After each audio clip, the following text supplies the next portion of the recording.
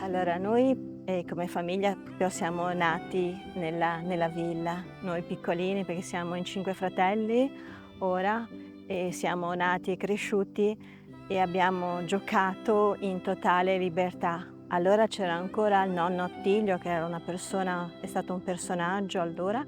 Lui amava le cose belle e le cose buone ed era un personaggio anche di spicco perché lui ha costituito la banda del paese ed è stato tra i fondatori del gruppo Alpini e io ricordiamo, noi eravamo piccoli, attorno a 5-6 anni, in queste grandi feste in allegria e vi posso garantire che non si aprivano le bottiglie di vino, ma si aprivano le damigiane e c'erano fiumi, fiumi di vino che scorrevano in totale allegria.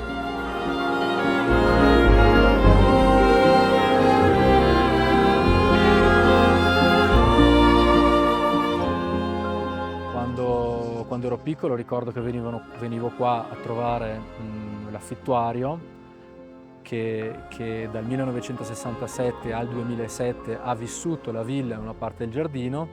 Questo affittuario, uno scultore spagnolo, Miguel Berrocal, ha lavorato molto qua e quindi diciamo per me rappresenta i ricordi perché quando venivo appunto in questa villa qua ero molto stupito da tutte le opere sue e degli artisti contemporanei con i quali lui si scambiava le opere. Da lì Picasso e tutti i vari, la pop art e tutti i vari artisti di quel periodo lì. Diciamo anni 70, anni 80 e anni 90. Io mi ricordo gli anni 80 e 90.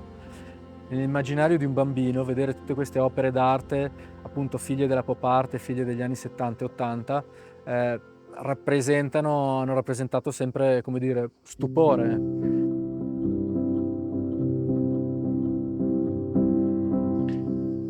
Prendersi cura di una villa veneta è un lavoro di tutti i giorni. Significa dedicare anima e corpo al mantenimento di questi beni meravigliosi. Significa avere da un lato una grandissima responsabilità, perché una villa veneta sappiamo che è la nostra storia, è la storia del nostro territorio, è la storia della Repubblica di Venezia, è la storia che ha fatto ciò che noi siamo oggi, ma che ancora continua a formare il futuro.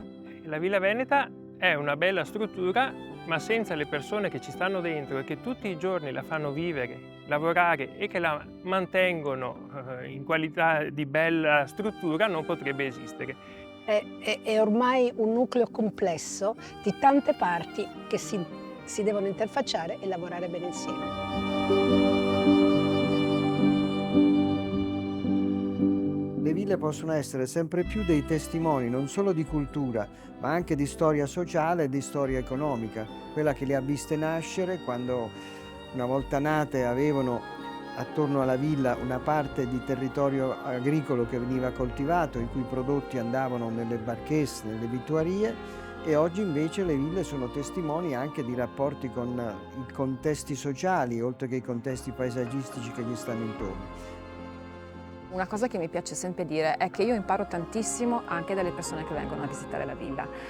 Quindi mi è capitato di imparare cose nuove dalle persone che vengono, sia da persone che magari hanno conosciuto i vecchi proprietari. Per esempio mi ricordo una signora una volta mi ha raccontato che lei non aveva famiglia e quindi è stata presa in casa dalla famiglia che viveva nella villa, che la gestiva, e questa famiglia l'ha praticamente cresciuta. Quindi mi diceva, sai, in queste ville vivevano anche tantissime persone e quindi c'era posto per tutti, c'era un boccone di pane per tutti. Chi poteva andare a servizio nelle ville, parlo ovviamente dei primi del Novecento fino agli anni 50 più o meno, faceva effettivamente una vita migliore rispetto magari a dei contadini o degli operai che potevano vivere d'altro, insomma, o anche in altre condizioni.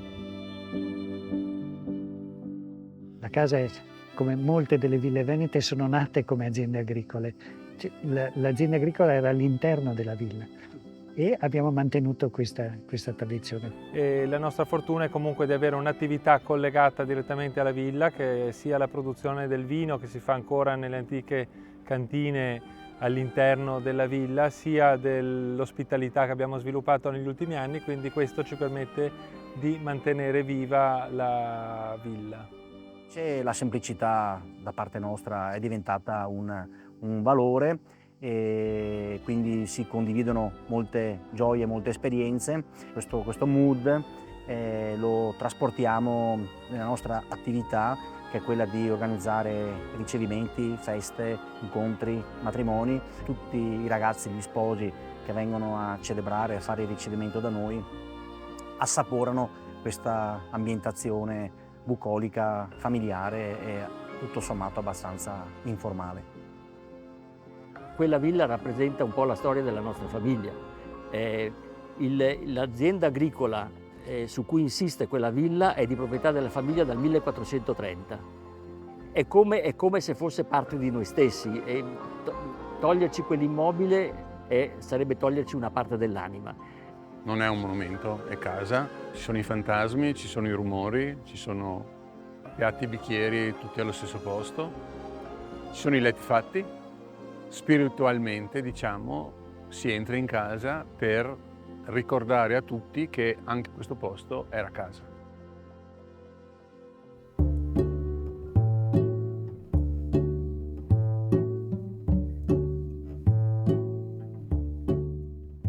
Effettivamente c'è qualcosa che una volta ci divertiva moltissimo quando eravamo piccole. Noi siamo 5 sorelle e quando eravamo piccole adoravamo entrare in castello di notte. Dovete considerare che il castello era ancora una rovina, non si poteva entrare, c'era una grata che c'è tuttora, sempre chiusa e con del filo spinato per evitare che qualche curioso si potesse addentrare all'interno della parte proprio della rocca.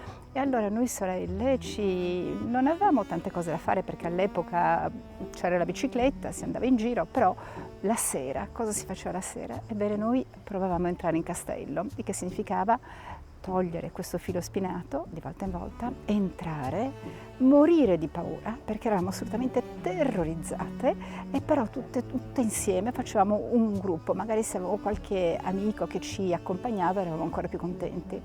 E quello che succedeva è che il mattino dopo nostro padre si rendeva conto che il filo spinato era stato disfatto e che dunque c'erano stati degli intrusi.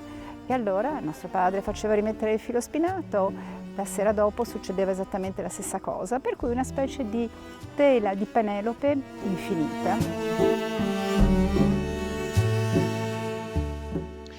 Veniva la regina madre inglese, the Queen Mother. Noi ragazzini eravamo stati istruiti di fare la riverenza e mai si stringe la mano alla regina. Uscendo abbiamo trovato una fila di persone che lavoravano in villa. Buongiorno regina, buongiorno regina, buongiorno regina. E la regina è stata impeccabile. Il secondo è solo una meraviglia di qualche anno fa durante il Covid, e noi abbiamo un appartamento sopra la villa e il grandissimo maestro Andras Schiff è venuto a stare da noi con il primo violino Robert e qua, che è il violoncellista, a provare per un concerto praticamente a porte chiuse all'Olimpico. E quindi io avevo Schiff nella sala dei contadini che provava praticamente da solo con questa eco di questa meraviglia di suono che si espandeva per la casa. È stata forse la cosa più emozionante che io ho mai vissuto in villa.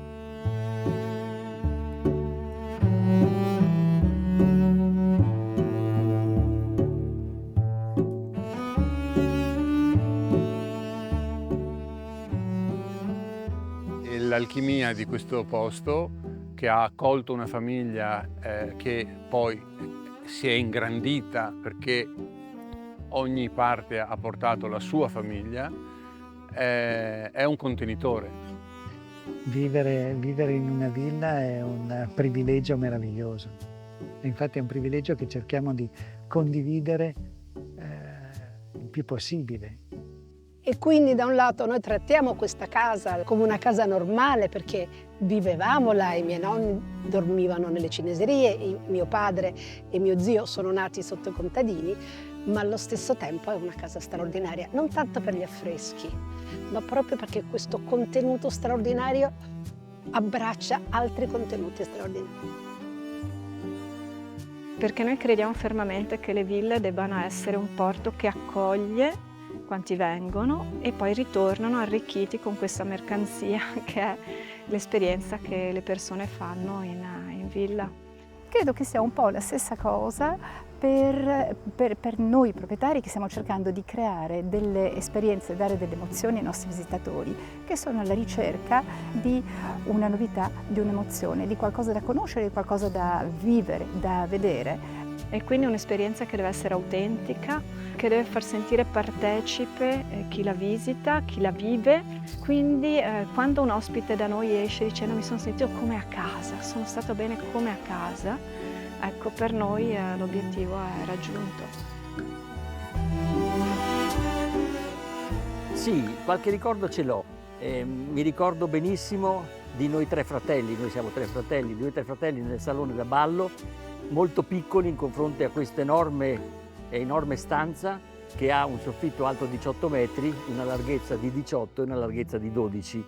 Eravamo delle piccole cose, ma c'eravamo lì perché mio padre amava profondamente quella villa, anche se lui l'aveva abitata solamente prima della Seconda Guerra Mondiale. E lui mi ha trasmesso un po' questo sentimento, tant'è che oggi riconosco che questo sentimento di affetto per l'immobile è, credo, l'unica ragione importante che mi spinga a continuare a mantenerla e a conservarla in attesa di un futuro migliore. Perché se non ci fosse questa passione o questo amore per questo immobile, credo che non ci sarebbe ragione per lo sforzo che stiamo facendo. È come un DNA. Il DNA fa parte della tua storia, la tua storia fa parte di decine o centinaia di anni fa. C'è un pezzo di cuore in quella casa. È questa bellezza, questa doppia bellezza dell'affresco con questa musica, con questi suoni, questi ambienti fatti per ricevere queste cose, che è la cosa che più mi emoziona. La maggior parte dei proprietari di villa si definiscono custodi perché ciò che ci è arrivato evidentemente non lo abbiamo reso bello noi ma qualcun altro prima di noi e noi abbiamo l'onere, incarico diciamo, di mantenere queste dimore anche per le future generazioni verso le quali abbiamo una grossa responsabilità.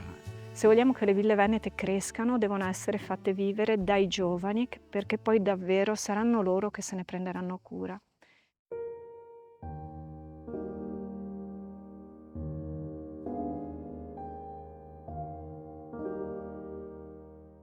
La giornata delle ville venete è un momento straordinario, un momento in cui tante ville fanno vedere quello che sono. È un momento in cui ciascuno propone un'esperienza diversa e il carattere di ciascuna villa, di ciascun proprietario, di ciascuna famiglia, di ciascuna persona che ci lavora viene fuori e viene messo a disposizione del pubblico per farle conoscere. E la cosa bella è che noi spesso passiamo del nostro tempo durante l'anno a visitare i nostri clienti, i nostri amici all'estero. Però ospitarli da noi è una cosa veramente fantastica, perché è come accoglierli a casa nostra. Ma direi che senz'altro la giornata delle ville venete è scoperta, come dicevo, scoperta attraverso l'esperienza. Non è però solo questo, significa anche fare rete, significa conoscersi, significa far capire al pubblico in generale quali sono anche le sfide di una villa veneta, significa entrare e capire che cosa c'è dietro ad una siepe, ad un cancello che magari una volta era sempre chiuso e che magari in occasione della giornata delle ville venete si apre. In Villa Veneta non si fa una cosa sola, ma si fanno tante cose diverse a seconda della villa, quindi trasformare questa, diciamo, frammentarietà in un valore aggiunto per dimostrare quindi alla cittadinanza, al turismo di prossimità, ma non solo, quante belle cose si possono fare in Villa Veneta.